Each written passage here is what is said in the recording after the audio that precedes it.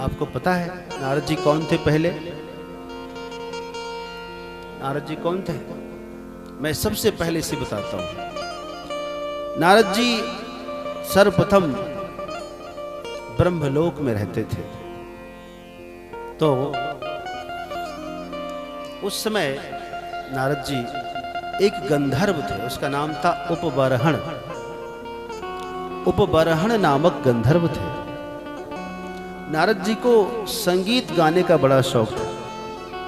जैसे हमारे यहाँ भी कुछ लोगों को शौक है, तो गाना आए च न आए गाना चाहिए, वो ऐसे कहता है ठंडा ठंडा पानी से नहाना चाहिए। वो ऐसा कुछ लोग हैं जो टांग तोड़ते रहते हैं, राग ना आए तो भी राग लगाए रहते हैं। ये लोग अनुराग को ही राग समझते हैं, वैराग भी तो राग है। तो ऐसे गाते फिरे तो वैसे कोई श्रोता बैठ के सुनते नहीं थे। संगीत में क्या चीज है, किसी किसी को सुर चढ़ जाना चाहिए। आपको बताएं कि हमारे हनुमान जी भीमसेन जी थे, भीम जी अपने, तो भीमसेन जी को एक बार संगीत का सुर चढ़ गया कि हमको हारमोनियम सीखना है, हारमोनियम सीखना है। तो घर में उन्होंने लाया तंबूरा और शुरू कर दिया गाना। किसी ने कहा कि भोर में रियाज करना चाहिए, भोर में। तो भीमसेन भोर में 4 बजे भोर से शुरू किया, तो पूरी हवेली आवाज, सुबह में तो आवाज बहुत दूर जाती है। अब सबकी नींद खराब, सब परेशान, कौन चिल्ला रहा है, कौन चिल्ला रहा है, सोने नहीं दिया, सबकी नींद खराब। 1 दिन 2 दिन 3 दिन हुआ तो मीटिंग बैठी पूरे परिवार की। सबने पता लगा भाई भीमसेन का विरोध कौन करे। भगवान कृष्ण को बुलाया, सबने शिकायत की, महाराज आप ही समझाइए ना, ये क्या नाटक शुरू कर दिया है, सबका जीना हराम कर दिया है पूरे हवेली में। भगवान कृष्ण ने कहा कि भैया घर में रियाज करना ठीक नहीं। तो अरे एकांत में रियाज करना चाहिए, जहां कोई सुने ना। एकांत, बोले हाँ। कहाँ? बोले भोर में एकदम एकांत में चले जाइए, आधी रात के बाद। कहा ठीक है। तो भीमसेन ने क्या किया, हारमोनियम लिया, आधी रात को घर से निकल गए, और गेहूं का समय था। गेहूं की खेत में खूब एकांत में चले गए, खूब दूर चले गए, और वहां जा करके लगे हारमोनियम बजा बजा करके गाना, जोर जोर से गावे।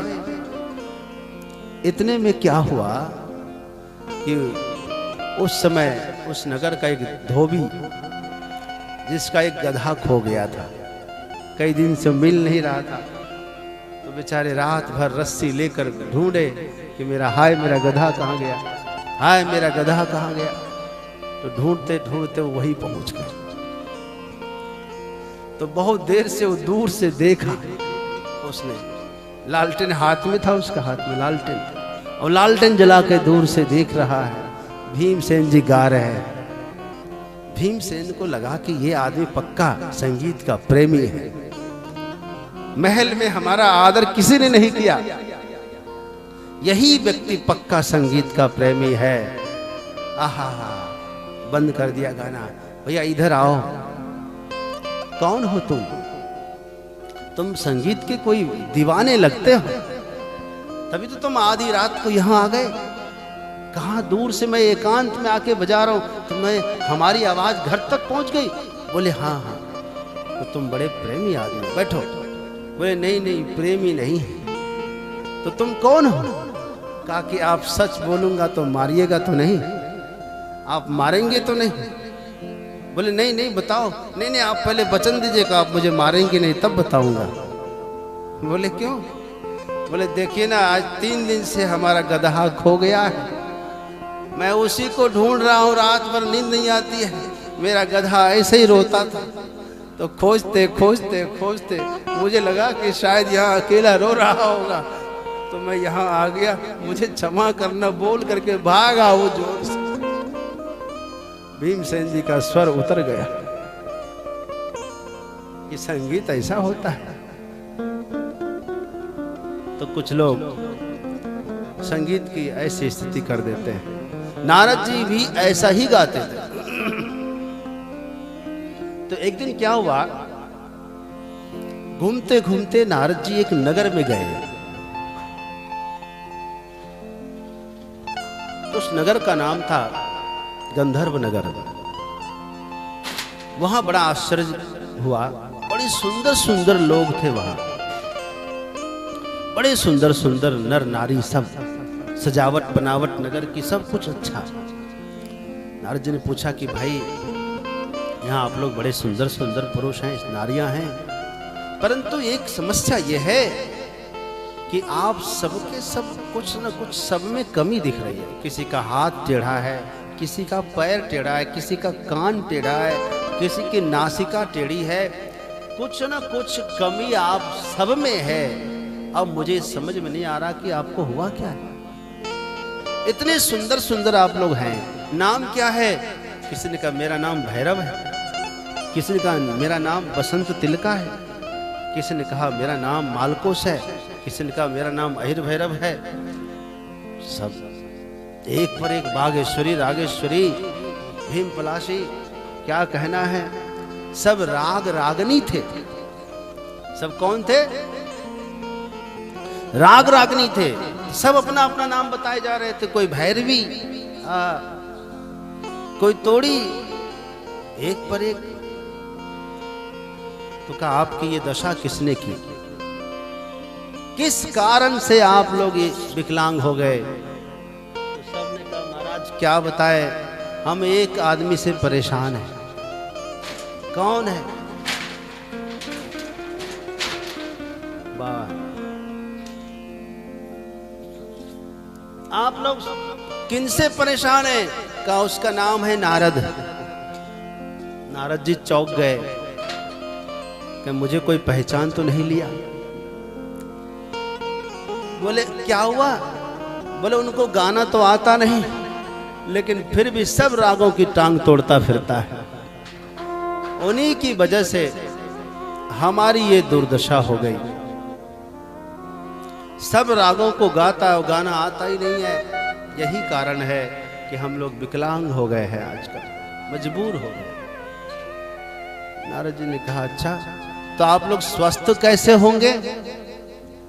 बोले नारद जी यदि किसी को गुरु बना ले और गुरु से शिक्षा ले ले तब हम सब स्वस्थ हो जाएंगे। नारद जी ने कहा अच्छा भैया नमस्कार, हम चलते हैं। बोले आपका परिचय तो दीजिए, आप कौन है? नारद जी ने सोचा कहीं दिया तो हम लोग मारी देंगे लोग मिलके यहाँ। बोले भैया फिर कभी आएंगे बताएंगे अपना परिचय। नारद जी भागे वहां से, गए एक पहाड़ पर, पर्वत पर जाकर बैठ गए। माता सरस्वती को याद किया।